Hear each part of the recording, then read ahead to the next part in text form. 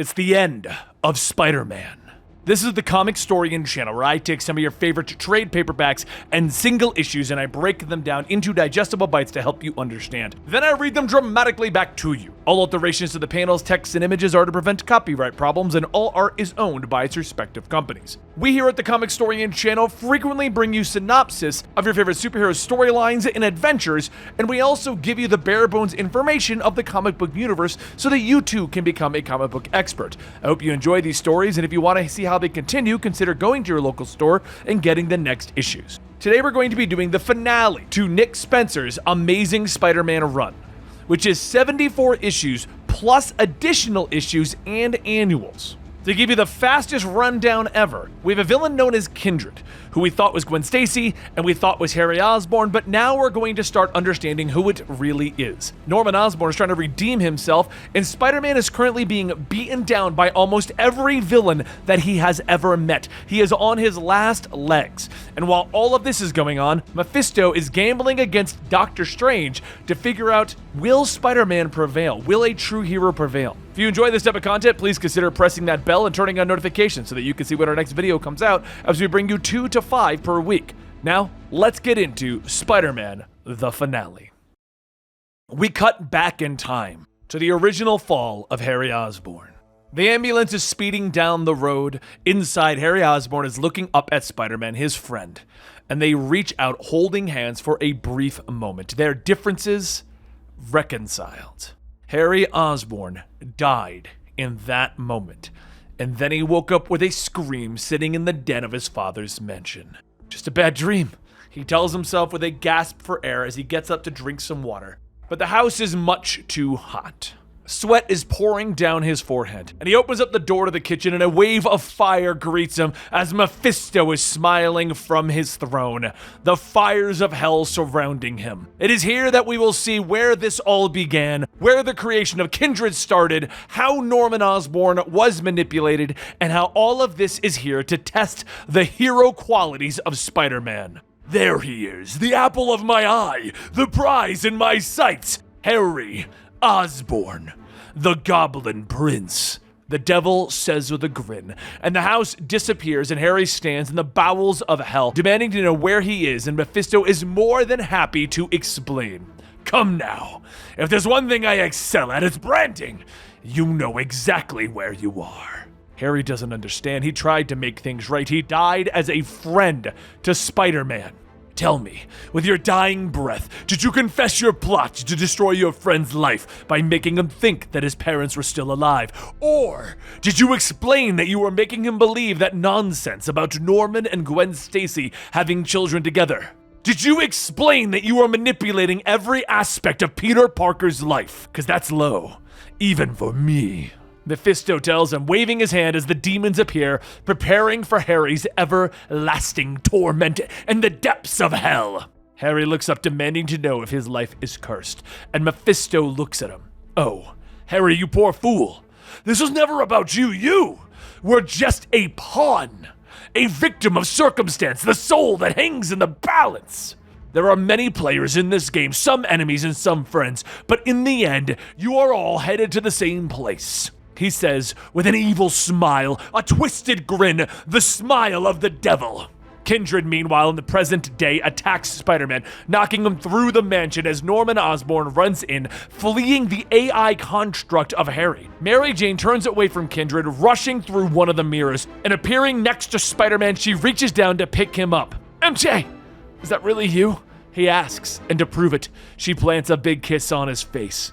It's at that moment that they're interrupted as Norman comes running into the room. What's wrong with you? Get up, they're coming! He shouts, and Peter rushes forward to talk some sense into Norman Osborn. But Norman interrupts him as the demons descend from the ceiling. There are 2 Kindreds! And at that moment, we finally see that there are 2 of them revealing themselves. Meanwhile, back down in the depths of hell in the Hotel Inferno, Mephisto smiles as he reaches down for the roulette wheel. Shall we resume our game then? Remember, it can always get worse, he tells Doctor Strange, and the sorcerer agrees. But Mephisto reminds him that what is at stake is his soul. Agreed. Steven nods. Elsewhere, Harry Osborn and Carly Cooper are standing over the body of the real Harry Osborn, the one that died all those years ago. But Carly doesn't understand as Harry explains that he's really just a clone. Why is it always clones with us? He whispers to himself, lowering his head, as he realizes that he must face the actions of his family, of the Kindreds, of Norman, of the previous Harry. Meanwhile, back at the mansion, the two Kindreds are laying into Spider-Man, trading blows back and forth, beating him until he's blue. Blow after blow, cracking his face and his ribs. And back in the morgue, Carly Cooper asks Harry what they need to do next. He looks up, shouting to the nothing that he is ready, and the door suddenly bursts open, and they step through to arrive in Harry's apartment. His family asleep, and he goes to each room saying goodbye to them. Carly tries to talk him out of it, tells him that he doesn't have to do anything, and he opens up a secret door to his goblin armory, explaining that he hid this from his family with the thought that someday he might need it to defend them. But he knows that he only hurts them. But now I'm going to put it to good use. When I face Kindred, not as the Goblin, but as Harry Osborn, he says as he hops onto the glider minus the armor, arming himself with pumpkin bombs and flying out of the apartment. Meanwhile, Kindred keeps beating into Spider-Man, and MJ shouts for him, but Norman grabs her arm, telling her that this is Spider-Man's fight. As the two demons throw Spider-Man into the ground again, and a shout interrupts them. No! A voice yells as an explosion rips through the wall, throwing the Kindreds away. Not just his fight! Harry shouts as he flies into the room on his glider. He hovers over Peter, giving him a hand. Is it really you? He asks, and Harry nods, reaching out for his friend as they clasp hands. In the flesh, he confirms, and the two launch back into the fight, each taking a Kindred, throwing bombs and webs. Norman is watching the fight with MJ, confessing to her that he made a deal, and he sold Harry's soul to Mephisto. Now we're all going to burn together, he confesses to her with a shocked face. Meanwhile, in the Inferno Hotel, Mephisto smiles and picks up the ball, dropping it into the roulette wheel. I'll release Harry's soul. All you have to do is win, Steven. Spider-Man punches again, knocking his Kindred away. How many of you are there? Is this a clone thing? Please don't let this be a clone thing, he shouts to his friend, and Harry just tells him, you don't know the half of it, buddy. The demons rush forward, plowing through the flames of the pumpkin bombs. You think flames can destroy us? We were forged in the flames of hell, they bellow, and Kindred knocks Harry out, slamming him into the ground, drawing blood as he tries to crawl away, rolling over onto his back. Pete, Kindred, they're Gabriel and Sarah. They were never real. I made up the kids. It was all a lie. He gasps. Spider-Man whirls around, hitting his Kindred again.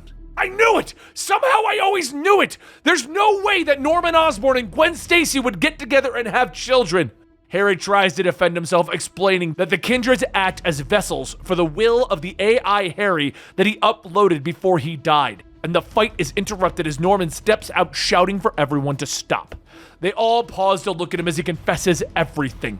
He tries to apologize to Gabriel and Sarah. He tells them that he never rejected them, that he truly thought of them as his children, and just like Harry, he let them down. He then grabs Harry and tells his son that even in his madness and everything horrible that he did, he always loved his son Harry. He turns back to Gabriel and Sarah and explains that he isn't their father in the traditional sense, that they are both just clones implanted with memories from the AI Harry Osborn. But Harry is the one who created them, and he was under the control of Mephisto. Liar! The Kindreds shout as they both leap at Norman in anger. They attack him, trying to strangle and bite him, and even though he's wounded, Harry looks up at Peter. Are we doing this? He asks, and Peter nods. Yeah, he whispers. He turns, leaping at the demons. Let's go save the Green Goblin. He sighs with Harry and Peter fighting back against the monsters, yelling for Norman to run.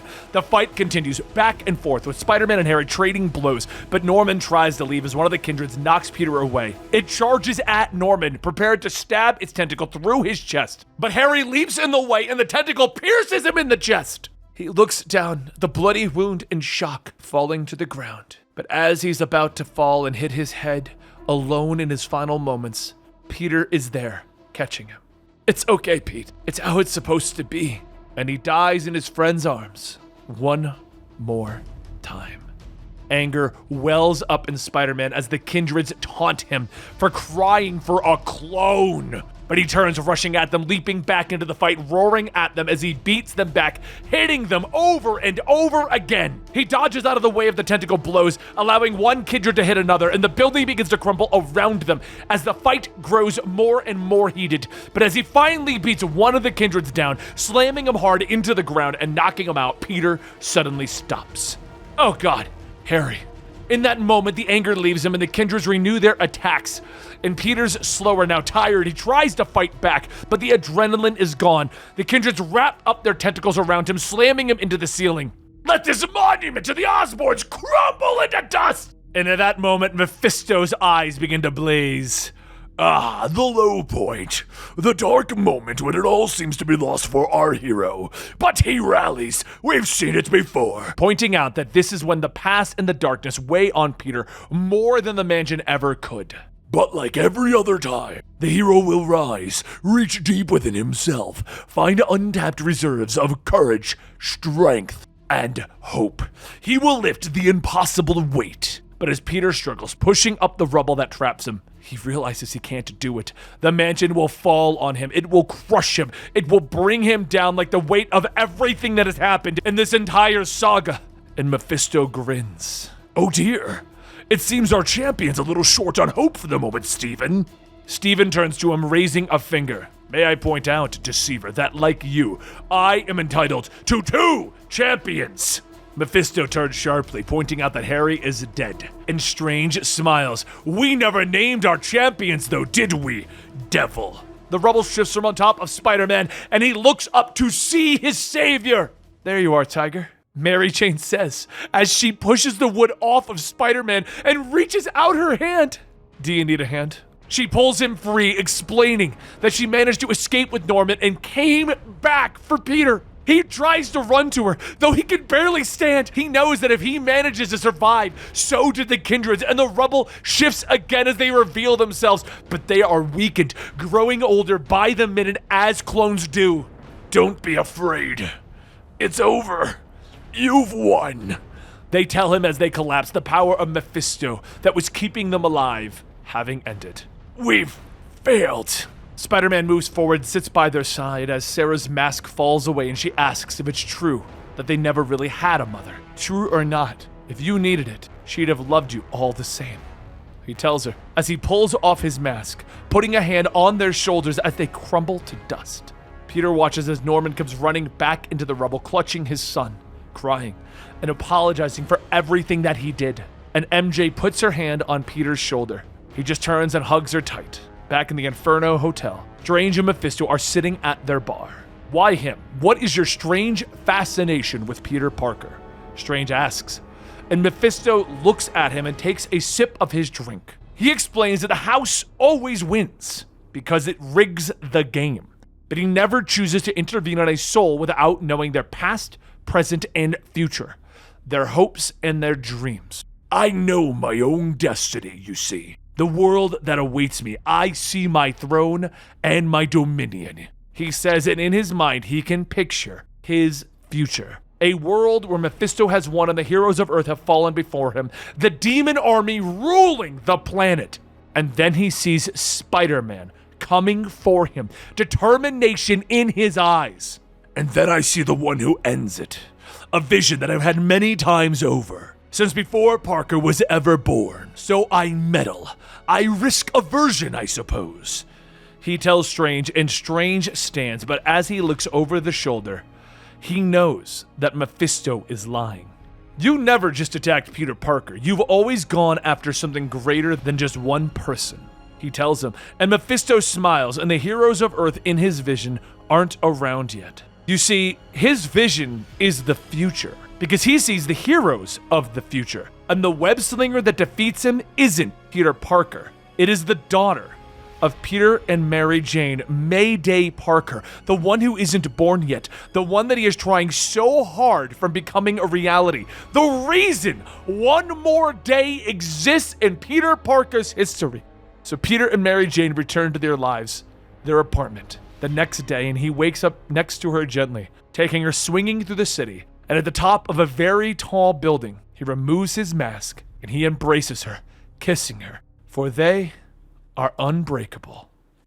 And there you have it, the conclusion to the entire Nick Spencer run, which I think is 100 issues or more between annuals and point events and all the weird numbering schemes that Marvel does with their stuff. The ultimate resolution to this whole thing is that Norman is basically good now. We've now got a redemption for what happened with Harry Osborn. He's been removed from existence now. He's dead. He's out of the picture. And we also got rid of Norman Osborn weirdly sleeping with Gwen Stacy and having kids.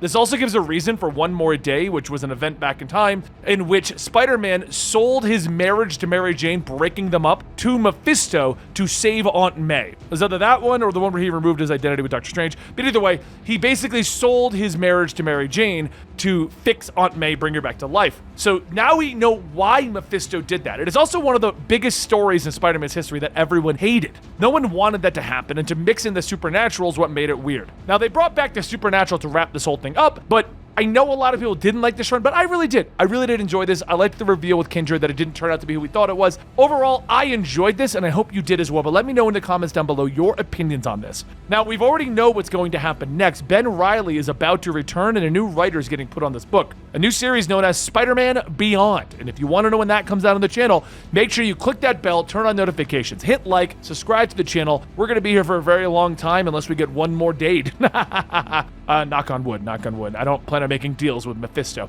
Anyway, thank you guys so much for your continued support, and I'll see you next time right here.